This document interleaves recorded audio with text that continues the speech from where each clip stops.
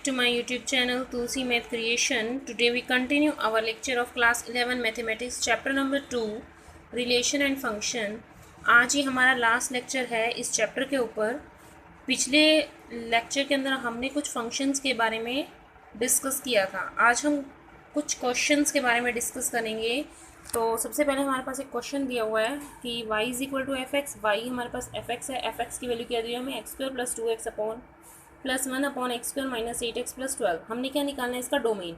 अब आपको पता है डोमेन क्या होता है. डोमेन में हम क्या करते हैं एक्स की वैल्यूज़ लेते हैं. ठीक है ना, कि एक्स की वैल्यू जो भी हम पुट करते हैं वो हमारी क्या होती है डोमेन होती है. ठीक है.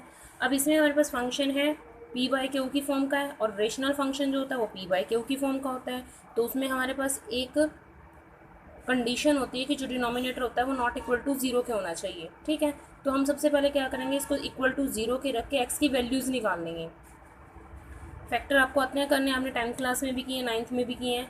ठीक है, प्रीवियस क्लास में आप करते हुए आ रहे हो. तो यहाँ से हमारे पास फैक्टर बन गए इसके x-2 और x-6.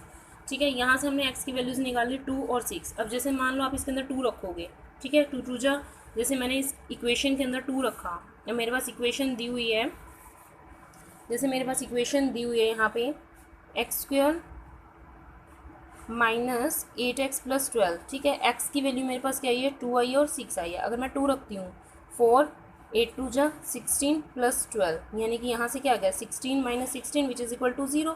0 दे रहा. इसी तरह से मैं 6 रखूँगी तो क्या आएगा मेरे पास 36 माइनस 54 प्लस 12.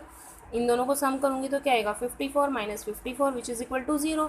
यानी कि x की वैल्यू 2 पे भी ये 0 दे रहा है और x की वैल्यू 6 पे भी 0 दे रहा है. ठीक है, तो हम कंडीशन क्या लगाते हैं जो हमारे रेशनल फंक्शन होते हैं कि denominator not equal to zero होना चाहिए. ठीक है, तो x की वैल्यू 2 पे भी ये 0 हो रहा है और 6 पे भी 0 हो रहा है. तो इसीलिए हमने लिखा है therefore function F X is not defined when x is equal to 2 और 6, क्योंकि इस डिनोमिनेटर 0 बन रहा है. अगर 0 बन जाता है तो हम पता है ना हमें जैसे 1/0 होता है तो वो इन्फिनिटी की फॉर्म ले लेता है, फंक्शन डिफाइंड नहीं होता वहाँ पे.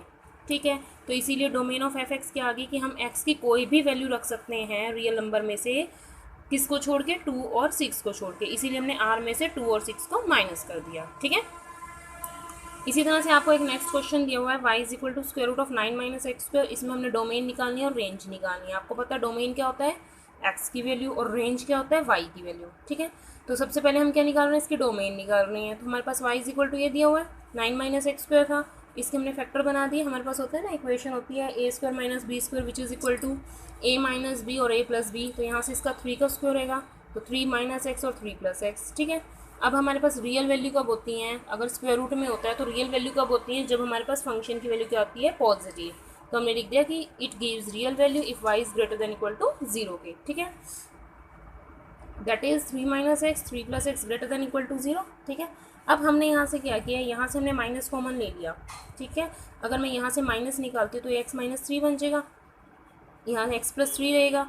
तो ये जो ग्रेटर देन का सिंबल है ये चेंज हो जाता है, हमारा लेस देन में चेंज हो जाएगा. ये तो आपको पता ही होगा कि अगर हम कभी भी माइनस मल्टीप्लाई करते हैं तो हमारे पास जो सिंबल होता है वो चेंज हो जाता है. ठीक है, हमने इसमें से माइनस कॉमन निकाला तो हमारा सिंबल चेंज हो गया.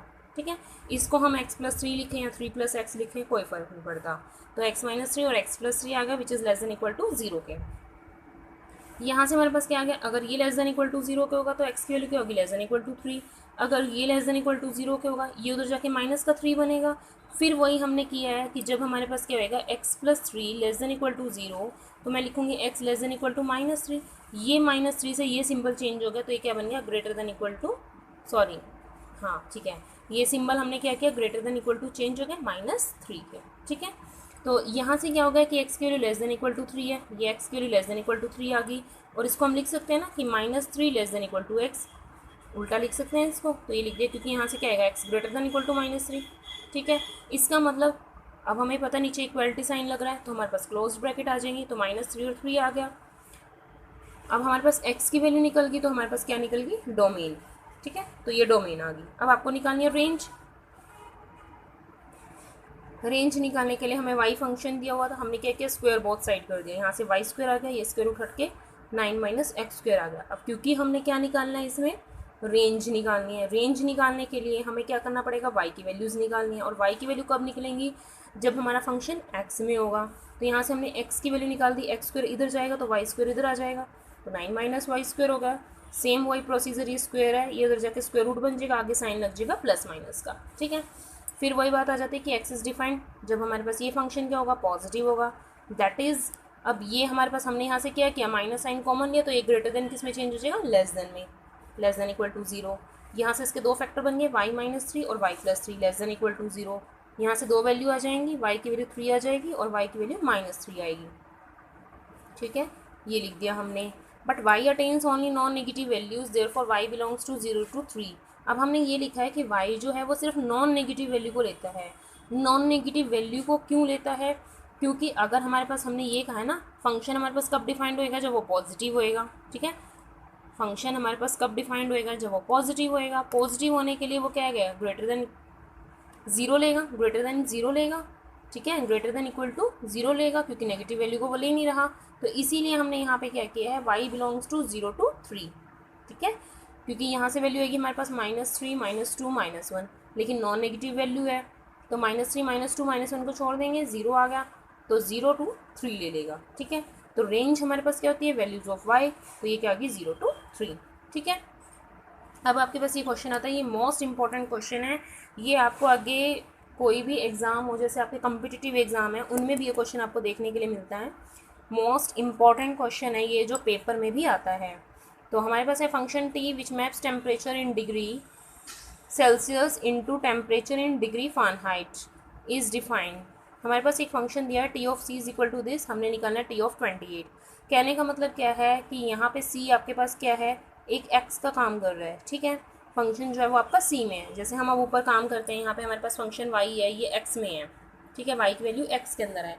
ये फंक्शन हमने किया था, फंक्शन किस में था, y x में था, ठीक है। इसी तरह ये हमारे पास जो फंक्शन है, ये हमारे पास किसके अंदर है, c के अंदर है। तो हमने वैल्यू निकालनी है 28, तो c की जगह हम क्या डाल देंगे, 28। तो यहाँ से इसको सॉल्व करके हमारे पास आ गया 82.4, ठीक है। आई होप आपको ये समझ में आया होगा। अब आपके पास कुछ प्रॉपर्टीज़ हैं, सिंपल प्रॉपर्टीज़ है, बस आपको ये याद रखनी है, ये भी आपकी आगे यूज़ होंगी। तो हमारे पास दिए वजह से f प्लस जी ऑफ, अगर हमारे पास क्या है, कोई f और g दो फंक्शन दिए हुए हैं, मान लो हमें रियल वैल्यूड फंक्शन है, ठीक है।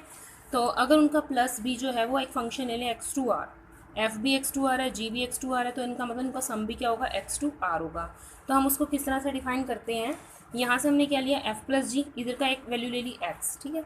तो यहाँ से हमारे पास क्या आएगा, f plus ji of x is equal to आ जाएगा F X plus G X for all x belongs to x, क्योंकि हमने x कहाँ से लिया था, x से, ठीक है।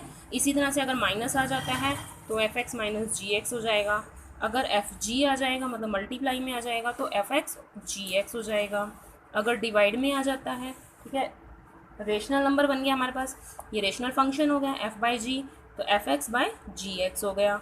अच्छा, अगर एक आपको ये प्रॉपर्टी दी हुई है C F X to R, अब सी क्या, इसमें एक स्केलर है, ठीक है, ये कांस्टेंट का काम कर रहा है, ठीक है, इसका आपका फंक्शन से कोई लिंक नहीं है। हमने यहाँ पे लिया सी एफ, यहाँ का हमें वैल्यू मिली एक फंक्शन एक्स से, क्या मिला हमें, एक्स, तो यहाँ से क्या आ जाएगा सी, और ये एफ ऑफ एक्स हो जाएगा for all x belongs to x. इससे रिलेटेड मैंने एक क्वेश्चन डाल दिया, जैसे आपको एफ एक्स दिया हुआ है, जी एक्स दिया हुआ है, अगर आपको कह देते हैं कि एफ प्लस जी निकालना है आपने, ठीक है, तो हमने क्या निकालना है, f plus ji of x, जो हमने सबसे फर्स्ट वाली प्रॉपर्टी की है, ठीक है। तो यहाँ से आ गया F X plus G x, दोनों की वैल्यूज़ डाल दी, दोनों का सम निकल गया, ठीक है, समझ आ गया ये।